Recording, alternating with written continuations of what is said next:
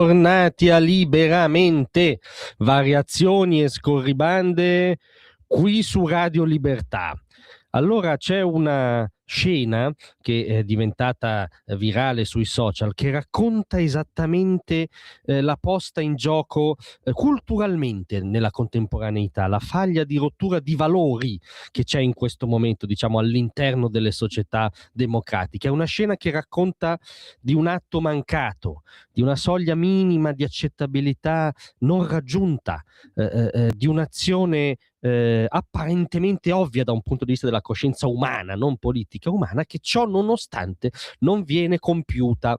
Ci riferiamo a un momento del discorso di Trump sullo Stato dell'Unione. Voi sapete, discorso chilometrico che ha battuto il precedente record di Bill Clinton, che ha avuto dei momenti, come anche fisiologico che sia, di propaganda, di semplificazione, di irritualità trampiana, che sono quelli che poi hanno dettato il clima sui nostri giornaloni, no? Cioè hanno parlato dei toni e mai dei contenuti, ma questo su Trump ormai è un metodo d'azione giornalistica o non giornalistica collaudato, quindi insomma non è una notizia. Ma invece c'è stata una scena potentissima che non a caso da ore sta rimbalzando sui social.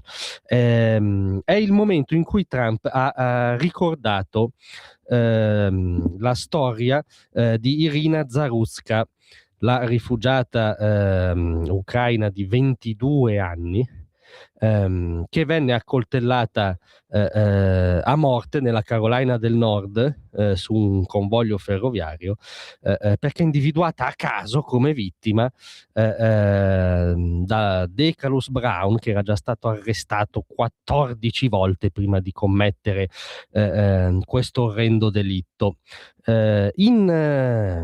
A ascoltare il discorso c'era anche la mamma di Irina, a cui Trump si è rivolto personalmente a un certo punto, lì rompendo felicemente il protocollo, diciamo, politichese, e scavando nella tragedia personale di Irina, che poi a suo giudizio racconta anche delle storture dell'America e del mondo occidentale. Queste le parole di Trump. L'assassino di Irina si è alzato in piedi e le ha trapassato brutalmente il collo e il corpo con un coltello. Nessuno dimenticherà mai l'espressione di terrore sul volto di Irina mentre guardava il suo aggressore negli ultimi secondi della sua vita. È morta sul colpo.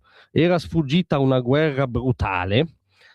Sì, ovviamente la guerra in Ucraina, dice il presuntamente putiniano, scusate, Trump, era sfuggita a una guerra brutale per essere poi uccisa da un criminale incallito, un uomo libero di uccidere in America.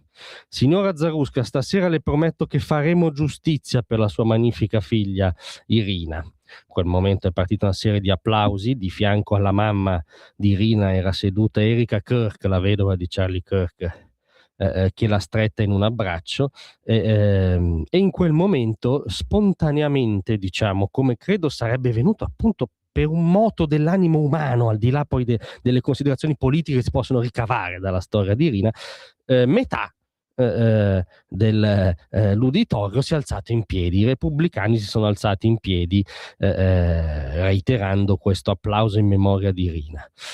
I democratici, la metà democratica del consesso non l'ha fatto. Trump li ha guardati quasi sbigottito, con un attimo come di che è uscito dal canovaccio di sincerità sorpresa, li ha indicati e ha chiesto: come fate a non alzarvi? E nessuno si è alzato da quelle parti.